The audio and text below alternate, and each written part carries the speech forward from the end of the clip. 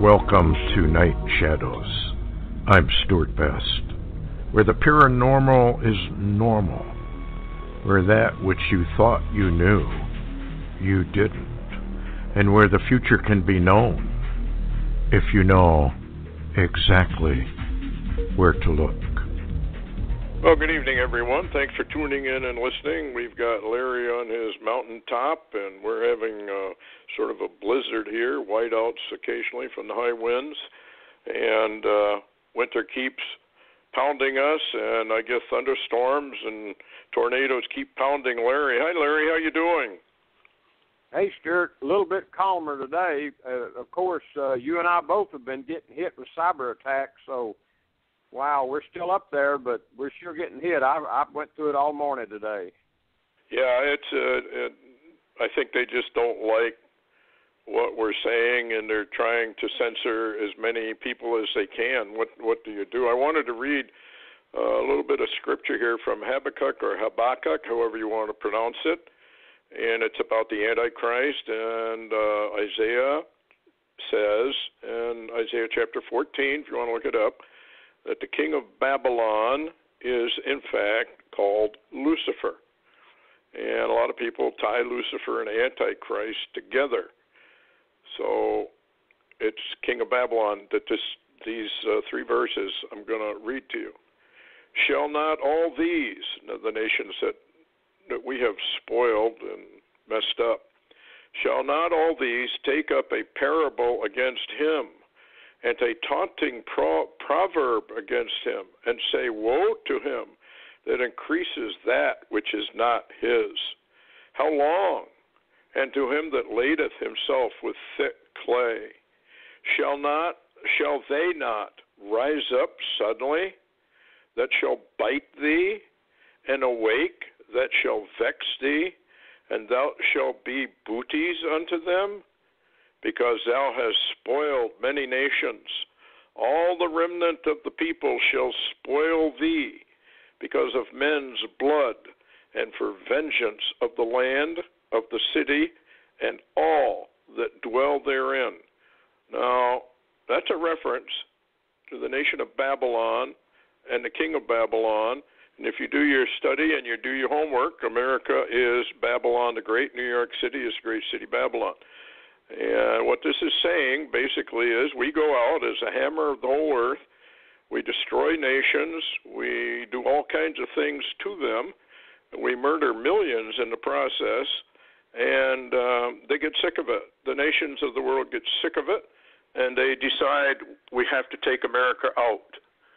We're getting close to that problem right now, where the nations are already uneasy. We got the trade deficits and trade wars and whatnot. So anyway, Larry, what is going on with Debka Files and their report? It sounds like Israel's about to be attacked. And, of course, Israel's known as the little Satan.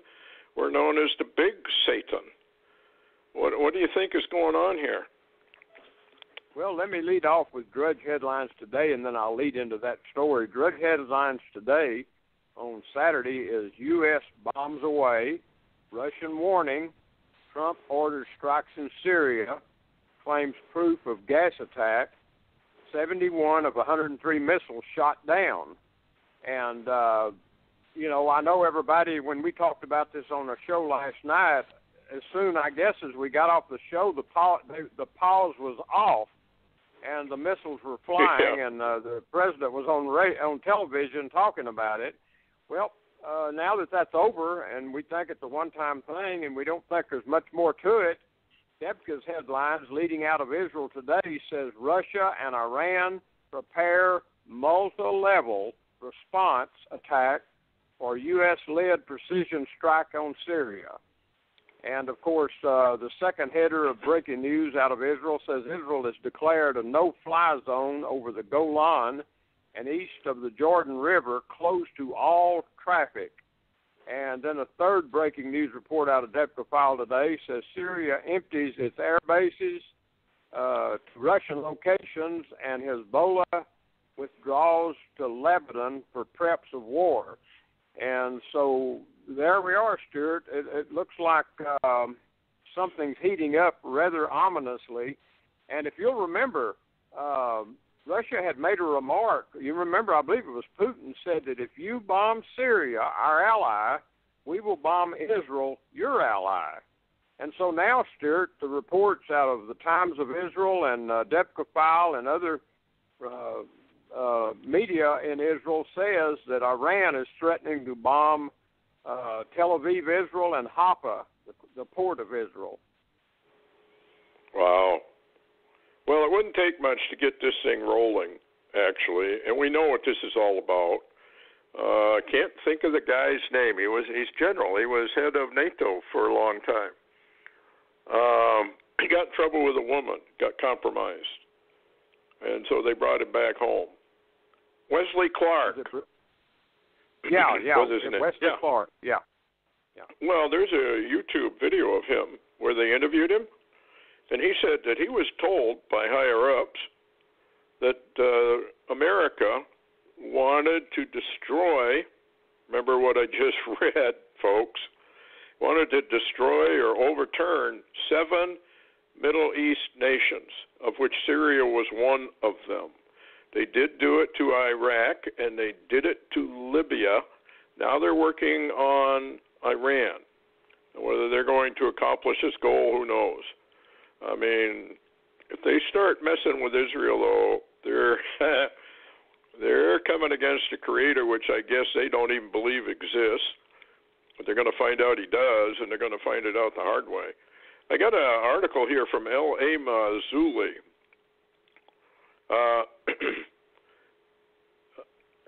Nasrallah, I guess is he a leader over there? Nasrallah, he's the head of Hezbollah in Lebanon.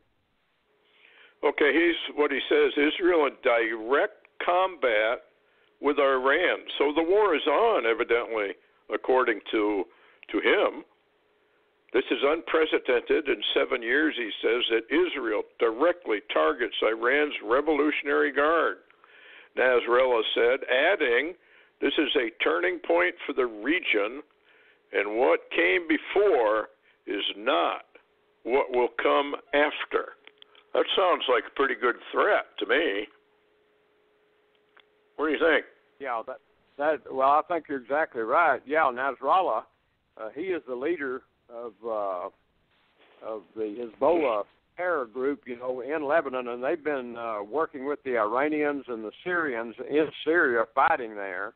And of course, if you'll remember, Nasrallah, the Hezbollah, is the ones that has something like 10,000 missiles aimed at Israel, and that Lebanon was really on schedule to be the next war.